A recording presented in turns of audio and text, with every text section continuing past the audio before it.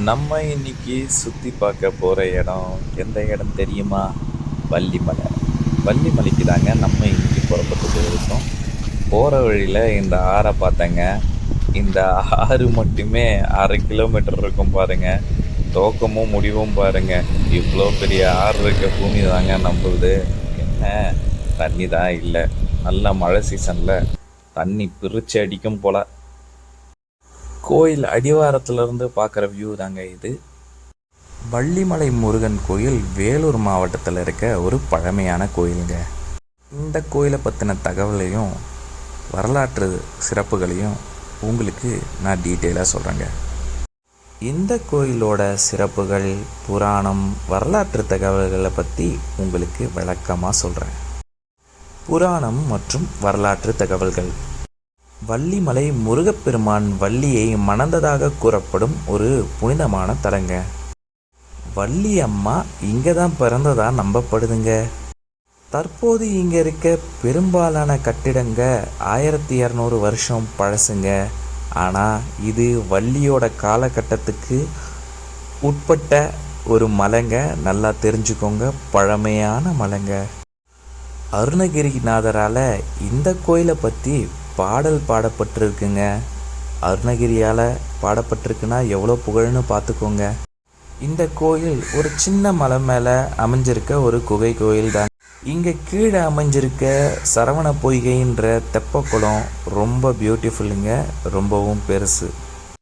மக்களே, நீங்கள் உங்களோட நேர்த்திக்கடன், உங்கள் லவ்வெல்லாம் இந்த இடத்துல டிக்ளேர் பண்ணாமல் இருந்தீங்கன்னா ரொம்ப நல்லா இருக்கும். ஏன்னா இதோட பழமையோ இல்லை இதோட புனிதமோ நம்மளால் கிடக்கூடாதுன்றத நம்ம மனசில் வச்சுக்கணுங்க. இதை உங்களோட அடுத்த தலைமுறை வரையும் அப்படியே கொடுக்க வேண்டியது உங்கள் கடமை இல்லையா? வியூவர்ஸ், உங்களோட மனசை புண்படுத்துறதுக்காக நான் இதை சொல்லலை. இந்த இடம் பழமை மாறாமல் அப்படியே அழகாக நம்ம காப்பாற்றி கொடுக்கணும்ல அடுத்த தலைமுறைக்கு.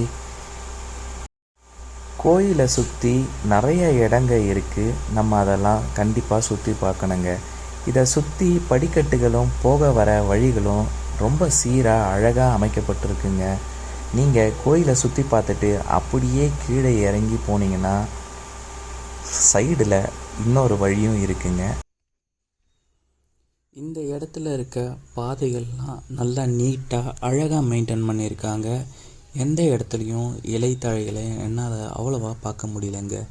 இங்கே மக்களோட புழக்கம் ரொம்ப குறைவாக இருக்கிறதுனால குப்பைகளும் ரொம்ப குறைவாகவே இருக்குங்க. எனக்கு என்னமோ ஒரு ராஜா காலத்து கோட்டைக்கு போன ஒரு ஃபீல் இருக்குங்க. இங்கே இருக்கிற பாறையிலேருந்து மரங்க வரையும் நமக்கெல்லாம் மூத்ததுங்க வயசானது தாங்க.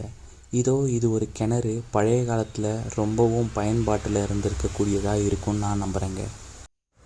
இந்த இடம் பல சித்தர்களும் ரிஷிகளும் தவம் செஞ்ச இடம்னு உங்களுக்கு முன்னாடியே தெரிஞ்சிருக்கலாம். இங்கே மௌனகுரு சுவாமிகள் இங்கே தான் தவம் செஞ்சுருக்காரு. அவரோட ஜீவ சமாதியும் இங்கே தான் அமைஞ்சிருக்குங்க. திருப்புகழ் சுவாமிகளும் இங்கே தான் வேல்மாறல் பாடலை எழுதியிருக்கிறாருங்க. இந்த இடம் பலரோட தவ வலிமை நிறைஞ்ச இடமாவே தெரியுதுங்க. மேலே நிறைய ஆசிரமங்க அமைஞ்சிருக்கு. மேலே போகிற வழி ரொம்ப அழகாகவும் இருக்குங்க. இது பழைய கோயிலிருந்து மண்டபத்துக்கு போகிற வழியை காட்டுதுங்க. ஒரே மூச்சாக நீங்கள் இந்த மலையை ஏறி முடிக்கணுன்னா சரியான ஒர்க் அவுட்டாக இருக்குங்க. இது உங்களுக்கு ஒரு நல்ல ஹைக்கிங் எக்ஸ்பீரியன்ஸையும் கொடுக்குங்க. நான் இந்த இடத்த ஒரே ஸ்டெச்சில் ஏறினதுனால நான் ரொம்ப டயர்ட் ஆகிட்டேங்க. ஆனால் இந்த இடம் உங்களை டயர்டாக்காமல் அழகாக பார்த்துக்கோங்க. இங்கே இருக்கிற எல்லா மரங்களும் பாறைகளும் நம்மளை அப்படியே என்கரேஜ் பண்ணி நடக்க வைக்குதுங்க. எனக்கு இங்கே எல்லாத்தையும் பார்த்து ஆச்சரியப்பட்ட இடம்தான் அதிகமாக இருந்ததுங்க. மேலும் நான் நடந்து போய்கிட்டே இருந்தப்போ உங்களுக்கு ஆசிரமத்துக்கு போகிற வழியும் பக்கத்தில் அந்த மண்டபங்களை பார்க்குறதுக்கான வழியும் பிரியுதுங்க. நான் ஆசிரமத்தை அப்புறமா பார்க்கலாம், முதல்ல மண்டபங்களை போய் பார்க்கலான்ட்டு இந்த வழியை தேர்வு பண்ணிக்கிட்டேங்க. இந்த இடத்துல நிறைய சுனை பகுதிகளும் இருக்குங்க, நீர்த்தேக்க பகுதிகளும் இருக்குங்க. நான் இங்கே நிறைய இடத்துல நீர்த்தேக்கங்களை பார்க்க முடிஞ்சதுங்க. இந்த இடத்துல ஒரு பெரிய ஆலமரமும் இருந்தது. எல்லாமே ரொம்ப அழகாக இருக்குங்க. நீங்கள் ஒரு பெரிய இடத்துக்கு டூர் பண்ண ஃபீல் இந்த இடம் கொடுக்குங்க. இதோ இந்த விளக்கு மாடம் இப்படி தாங்க இருக்குது. உள்ளே எந்த தெய்வமும் இல்லை. மேபி அந்த காலத்தில் இதில் ஏதாவது தெய்வம் அமைஞ்சிருந்துருக்கலாம். இது நம்ம வந்த வழி. இது மலை மேலே போகிறதுக்கான வழி. இந்த நீர்த்தேக்கமும் ரொம்ப அழகாக தாங்க இருந்தது. இதில் நிறைய அள்ளி குளங்க இருந்ததுங்க, நிறைய அள்ளி செடிங்க இருந்ததுங்க. இது மேலே ஏறி ஊர் எப்படி தெரியுதுன்னு பார்க்கணுன்னு ஆசையாக இருந்தது. நான் மேலே ஏற முயற்சி பண்ணேங்க. இது மேலே ஏறி உங்களுக்கு எப்படி இருக்குன்னு காட்டுறேன். கொஞ்சம் சிரமந்தாங்க. வயசானவங்களுக்கு கஷ்டமாக இருக்கலாம், சின்ன பசங்களுக்கும் சேஃப்டி இஷ்யூ இருக்கலாம். ஆனால் நல்ல வயசு இருக்கிறவங்க இது மேலே ஏறி நீங்கள் எல்லா வியூவையும் பார்த்து ரசிக்கலாங்க. இங்கே பாருங்கள், இங்கேருந்து இந்த பாறை மேலே இருந்து எப்படி இருக்குது பாருங்கள் வியூ. செம்மையாக இல்லைங்க? நான் ரொம்ப என்ஜாய் பண்ணுங்க. அழகாக இருக்குங்க இந்த ஊரே, பச்சை பசேர்னு.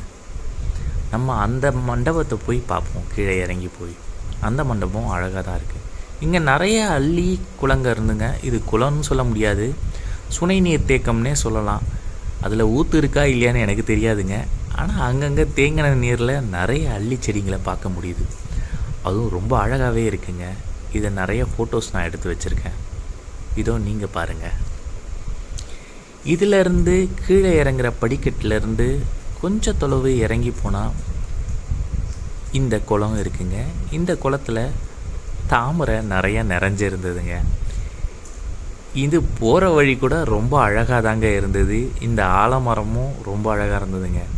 இந்த மாதிரி ஒரு இடம் ஆவடியில், அதாவது எங்கள் வீட்டு பக்கத்தில் இருந்ததுன்னா நான் ரொம்ப என்ஜாய் பண்ணுவேங்க. டெய்லி இங்கே தான் வந்து என் டைமை ஸ்பெண்ட் பண்ணுவேன். பாருங்கள் எவ்வளோ அழகாக இருக்குது. இங்கே மஞ்சளாக ஒரு வரி இருக்குது பார்த்திங்களா, அது வரைக்கும் மழை காலத்தில் தண்ணி இருக்கும்னு நான் நம்புகிறேன். ஏன்னா அதில் தண்ணி தேங்கினதுக்கான தடயம் இருக்குது பாருங்கள். இந்த பக்கத்தில் ஒரு வழி திரும்புதுங்க. இந்த வழி மலையை விட்டு கீழே இறங்கிறதுக்கு பயன்படுத்துகிற இன்னொரு வழிங்க. இந்த பக்கத்துலேருந்து தொடர்ந்து நம்ம இறங்கினோன்னா மலையை விட்டு கீழே இறங்கிடலாங்க. நான் இப்போதைக்கு இந்த வழியை சூஸ் பண்ணலைங்க. நம்ம அந்த பக்கமாக ஒரு மண்டபம் பார்த்தோம்ல, அந்த மண்டபத்துக்கு போகலாங்க. அதை போய் செக் பண்ணி பார்ப்போம். இது கீழே போகிற வழி. இதோ இந்த வழியில் நம்ம மண்டபத்தை போய் பார்க்கலாங்க. இதில் ஏற்கனவே நிறைய பேர் நடந்து போனதுக்கு சுவடு இருக்குங்க. ஏறுற ஸ்லோப் அதில் அழகாகவே இருந்தது. ரொம்ப எளிமையாகவே ஏறிட்டேன். நான் வந்த அன்றைக்கி இங்கே தூறல் இருந்ததுங்க. லைட்டாக மழை இருந்துக்கிட்டே தாங்க இருந்தது. கிளைமேட் ரொம்ப அழகாக இருந்ததுங்க. உங்களால் தூறலை பார்க்க முடியும்னு நினைக்கிறேன். இந்த மண்டபம் தான் அந்த மலைக்கிட்ட இருந்து நம்ம பார்த்த இடம். அழகாக இருக்குல்லங்க? வாங்க கிட்ட போய் பார்ப்போம்.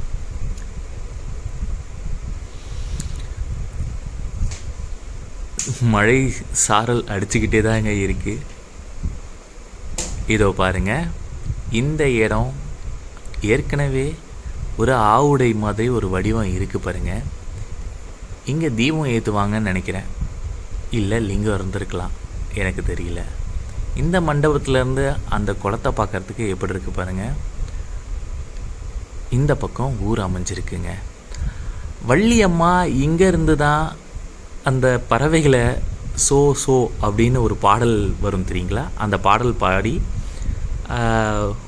அதுக்கு என்ன சொல்லுவாங்க, கவன் கவன் கொண்டு விரட்டுவாங்க, அப்படி சுற்றி விரட்டுவாங்களே, அப்படி ஒரு டூலை வச்சு இங்கேருந்து தான் விரட்டினாங்கன்னு சொல்கிறாங்க.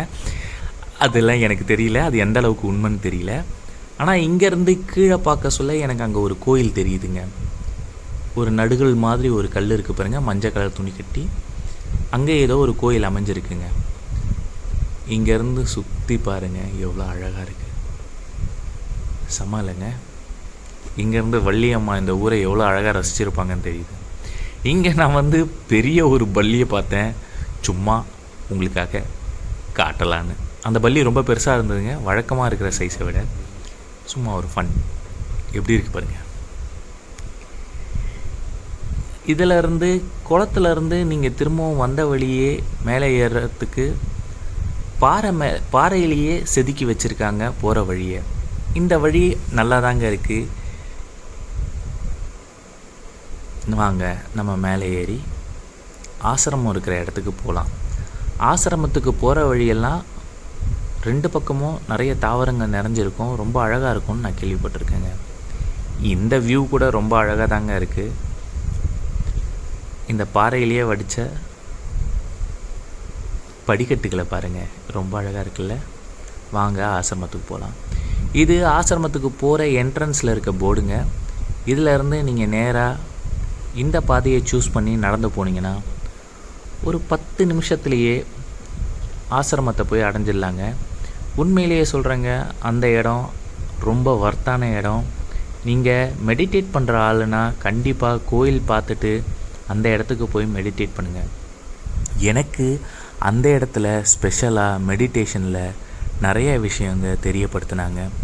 எனக்கு நிறைய வியூஸ் தெளிவு வந்து அங்கே மெடிடேட் பண்ண சொல்ல கிடச்சிதுங்க. பெரும்பாலும் மெடிடேட் பண்ணுறவங்களுக்கு நமக்கு வந்து அந்த மெடிடேஷன் டைமில் நிறைய காட்டி கொடுப்பாங்க, கற்பனை மாதிரியே வரும். அந்த மாதிரி எனக்கு வந்து இந்த மலையே கொஞ்சம் இடத்தெல்லாம் சுற்றி காட்டினாங்க. எனக்கு அப்படி ஒரு எக்ஸ்பீரியன்ஸ் கிடச்சிதுங்க.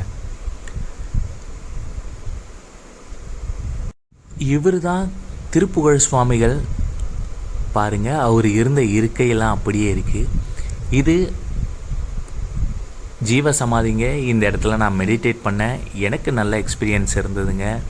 என்ன பைரவர் ரிசீவ் பண்ணிவிட்டு வெளியே கூப்பிட்டு போக வந்துட்டார். இவர் தான் எனக்கு இந்த ஏரியாவுக்கு கைடுங்க.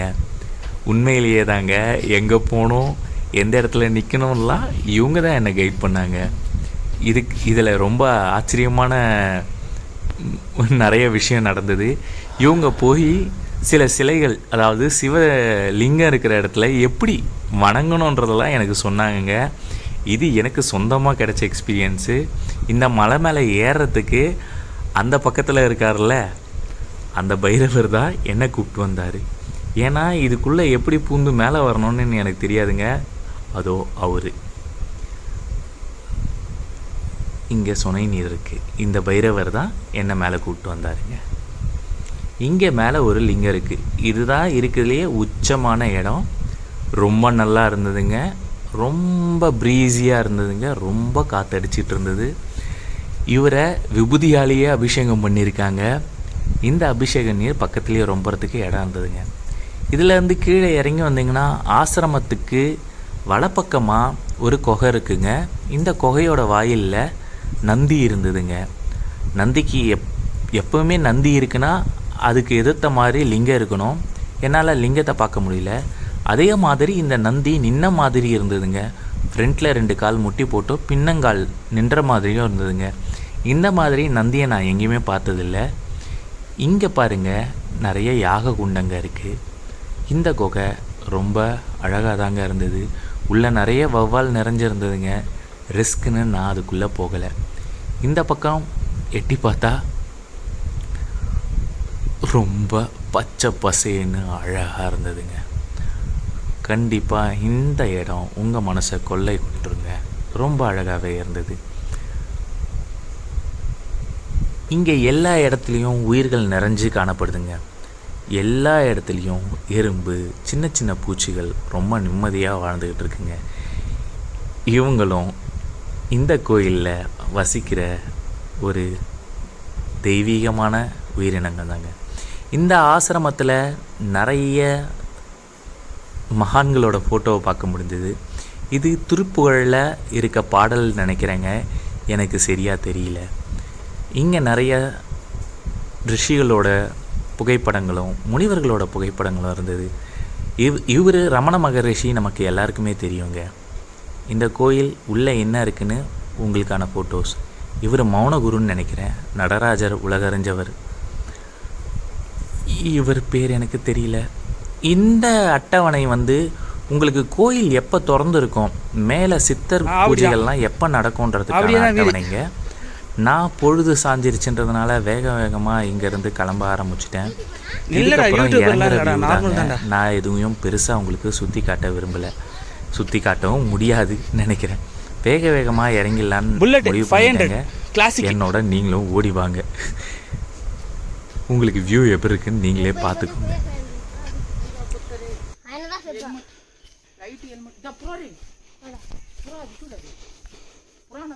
ஆமாம் புறா தான், அது காட்டுப்புறா அப்படி தான் இருக்கும்.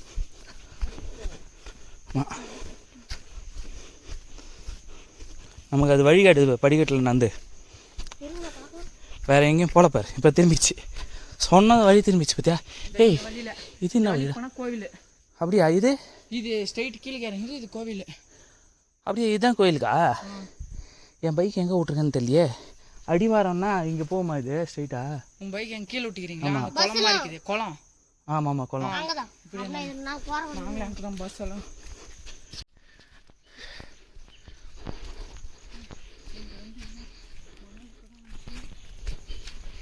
இங்கே கோயிலுக்கு வந்த 2 பசங்க எனக்கு வழிகாட்ட உதவுனாங்க. ரொம்ப ஃப்ரெண்ட்லி அவங்க 2 பேரும்.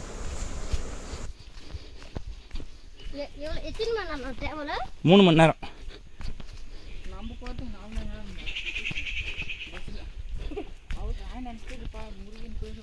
இல்லைடா, நான் ரொம்ப ஸ்லோவாக தான்டா, 60-70 தான்டா போவேன்.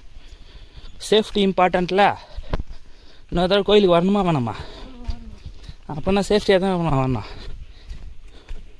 ஐயா நீங்கள் லேடிஸோட வரணும் தான்டா, என்னடா நீங்கள் சீக்கிரமாக வரீங்க? அம்மாவோட வரணும். எப்படி உங்கள் லேடிஸ் வரையும் இவ்வளோ முனைப்பாக வராங்க? பாதி பேர் கீழே இருக்காங்க. பாரா செம்மடா, இவங்க கெத்துடா. இவங்க நீங்களும் கெத்து தான்.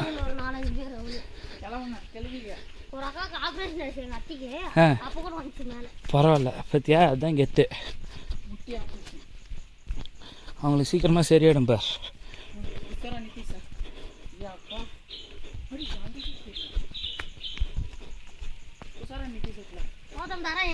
ஏய் இங்கே வந்துட்டோமாடா? என்னடா இது? போக சொல்ல எவ்வளவோ தொலைவுமா இருந்தது. இங்கே நான் ரொம்ப பெரிய காளான ஒன்று பார்த்தேங்க.